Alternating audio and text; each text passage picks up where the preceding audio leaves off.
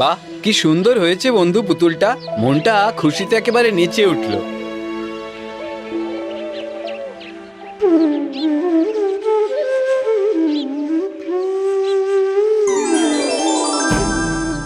ও কি ও ও ও কি হচ্ছে বন্ধু? ওই তো ওই যে তোমার বাঁশিতে পুতুলটা জীবন্ত হয়ে উঠলো। হ্যাঁ, সে কি? এই বাঁশি কি তাহলে জাদুর বাঁশি? জানো বন্ধু, এই বাঁশিটা আমি কালই শিকার করতে গিয়ে কুড়িয়ে পেয়েছি। তাহলে এ কথা কাউকে বলো না, সর্বনাশ হবে। বেশ, তাই হবে বন্ধু। এই বাঁশি আমি সারাক্ষণ সঙ্গে নিয়ে ঘুরবো, যাতে কারোর হাতে এটা না পড়ে। আজ চলি। হ্যাঁ, এসো।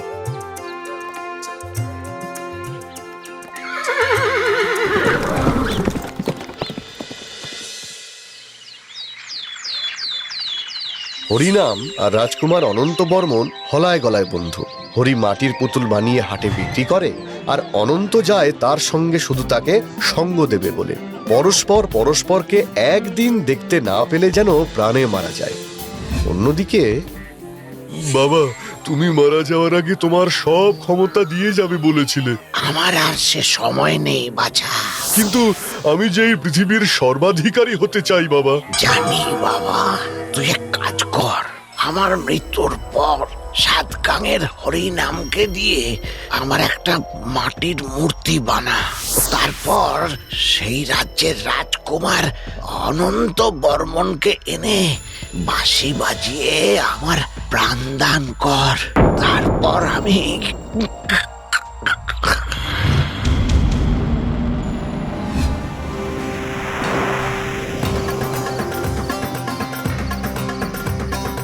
সেই দিন রাতেই রাক্ষস আসে হরিনামের বাড়ি।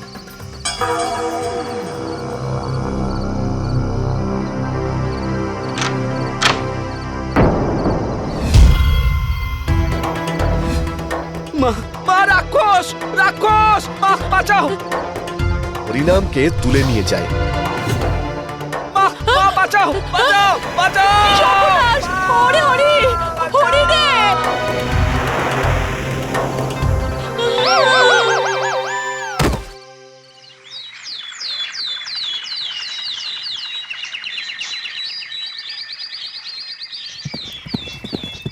পরের দিন সকালে রাজপুত্র অনন্ত বর্মন এসে বন্ধুর খোঁজ করে। হরির মা জানায়, এ কি, এত ভিড় কেন এখানে? কি হয়েছে? হরি, হরি! বাবা অনন্ত, তোমার বন্ধুকে রাক্ষসে তুলে নিয়ে গেছে গো। হ্যাঁ, সে কি? কি বলছেন এসব? হ্যাঁ বাবা, হরিকে এসে তুলে নিয়ে গেছে। কি বলছেন এসব? কোন দিকে গেছে আপনি দেখেছেন মা? জানি না বাবা, জানি না। তুমি আমার হরিকে ফিরিয়ে এনে দাও বাবা, আমার হরি। হরি কাঁদবেন না মা, রে। কষ্ট পাবেন না।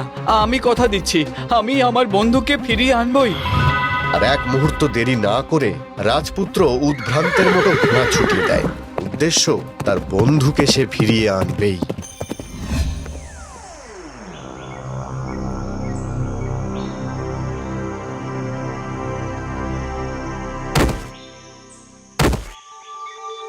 নে, কাজ শুরু কর। না, আমি তোমার বাবার মূর্তি গড়তে পারবো না। কেন? আমি তাকে চোখেই দেখিনি কখনো। ওরে, আমার বাবা একেবারে আমার মতো দেখতে। আমাকে দেখে তার মূর্তি গড়ে ফেল, আর এমন করে গড় যাতে তাকে আমি জীবন্ত করে তুলতে পারি। মানে জীবন্ত করবে মানে? ওরে বাবা, আমি হব এই পৃথিবীর শ্রেষ্ঠ জীব। বাবা আমায় ক্ষমতা দেবে, আর আমি সেই ক্ষমতা পেয়ে এই পৃথিবীর সব কিছুকে নিজের হাতের মুঠোয় করে নেব, হ্যাঁ? আর ধ্বংস করব সবকিছু। এসব কি বলছো তুমি? হ্যাঁ, আর মাটির মূর্তি গড়া শেষ হয়ে গেলেই তোদের রাজপুত্র অনন্ত বর্মনকে ধরে আনবো। সে বাঁশি বাজালেই আমার বাবা বেঁচে যাবে। না না না, তবে এ কাজ আমি কিছুতেই হতে দেব না। আমি মূর্তি করতে পারবো না। এত সাহস তোর? জানিস আমি তোকে এক কামড়েই খেয়ে ফেলতে পারি। তাহলে তো ল্যাটা চুকেই গেল, মূর্তি গড়বার সুযোগই থাকবে না। খুব বুদ্ধি দেখছি তোর। বেশ, আমি তোকে খাবো না, তবে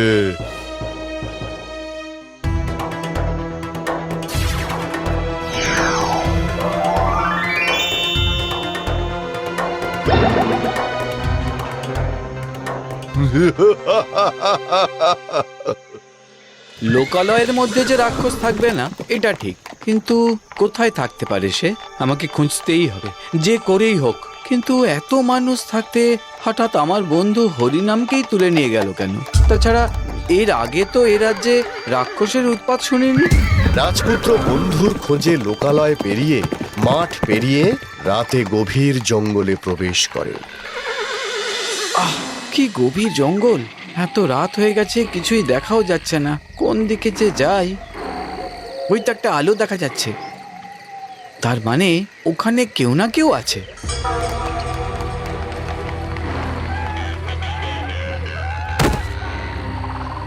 প্রণাম। কি চাই? আগে আমি পথিক, আজকে রাতটার মতো যদি আমাকে আশ্রয় দেন। আশ্রয়? দেখে তো মনে হচ্ছে তুমি রাজার সন্তান। আগে হ্যাঁ, আমি রাজকুমার অনন্ত বর্মন। বেশ রাজকুমার, মারে তোর কি লীলা। তা থাকো থাকো এখানে, তবে খাবার তো পাবে না। না, শুধু জল পেলেই চলবে। ওই মন্দিরে বাতাসা আছে, আর কলসি থেকে জল গড়িয়ে খাও। রাতে ওই মন্দিরেই থাকতে হবে, পারবে তো? পারবো, অজস্র ধন্যবাদ। বেশ বেশ বেশ, আমি গেলাম আমার গৃহে।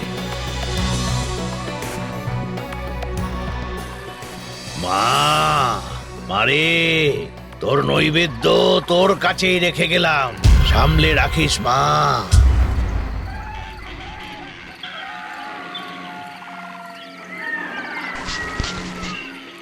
রাজপুত্র তার ঘোড়াটাকে গাছের সাথে বেঁধে মন্দিরের চাতালে উঠে এসে মাকে প্রণাম করে। একটা বাতাসা নেয় ও কলসি থেকে জল গড়িয়ে জল খায়। তারপর দেওয়ালের গায়ে হেলান দিয়ে বসে। মুহূর্তেই ক্লান্তিতে সে ঘুমিয়ে পড়ে আর স্বপ্ন দেখে। না না না না না, আমায় খেও না, আমায় খেও না। বন্ধু বন্ধু, আমায় বাঁচাও, বাঁচাও, আমায় বাঁচাও বন্ধু। বন্ধু, তোমাকে আমি উদ্ধার করবই। সত্যি সত্যি রাক্ষস আমার বন্ধুকে মেরে ফেলেনি তো? না না না, এ হতে পারে না। অন্ধকারটুকু কাটলেই আমি বেরিয়ে পড়বো তোমায় খুঁজতে।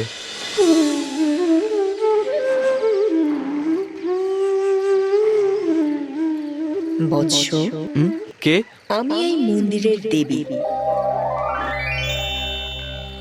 মা, তুমি? হ্যাঁ বৎস, তোমার বাঁশি আমায় জাগিয়ে তুলেছে। আমার কি সৌভাগ্য মা! না বাছা, তোমার ভাগ্য এই মুহূর্তে সুপ্রসন্ন নয়। কি বলছেন? ভোর না হতেই ওই কাপালিক তোমাকে আমার পুজোর নৈবেদ্য দেবে।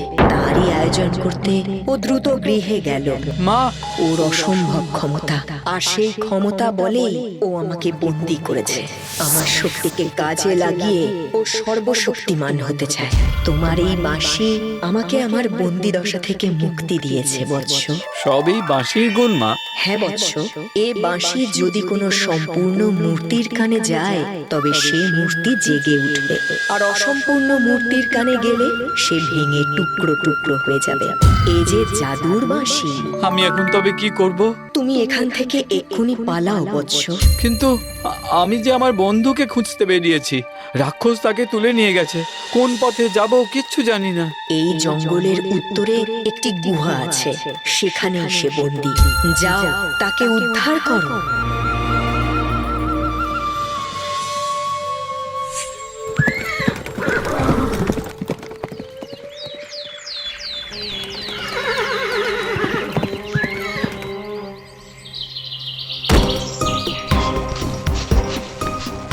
হরি, হরি, বন্ধু আমার, হরি দেখো, দেখো, আমি তোমার বন্ধু রাজকুমার অনন্ত বর্মন এসেছি।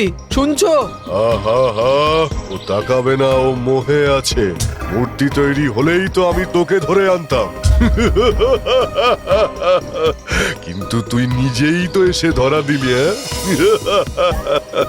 এবার শুধু মূর্তি তৈরির অপেক্ষা। তারপর বাবার মূর্তি আমাকে সর্বশক্তিমান করে দেবে। হায় হায়, সবাই সর্বশক্তিমান হতে চায়, আর ওদিকে কাপালিক, এদিকে রাক্ষস। আমাকে বাঁশি বাজিয়ে এই মূর্তি ভাঙতে হবে।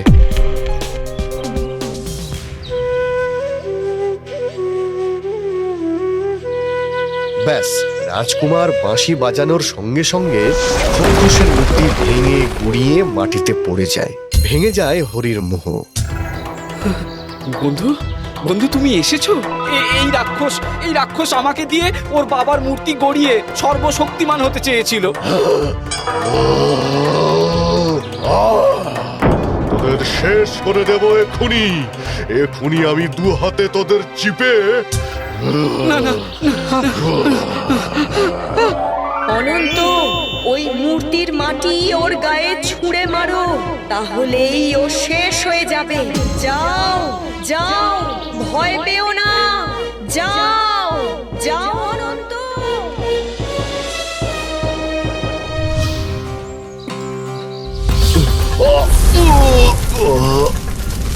বন্ধু বন্ধু তুমি আজ ছিলে বলে তাই। বন্ধু আমার, চলো চলো এবার ফিরে চলো, মা তোমার জন্য ব্যাকুল হয়ে আছেন।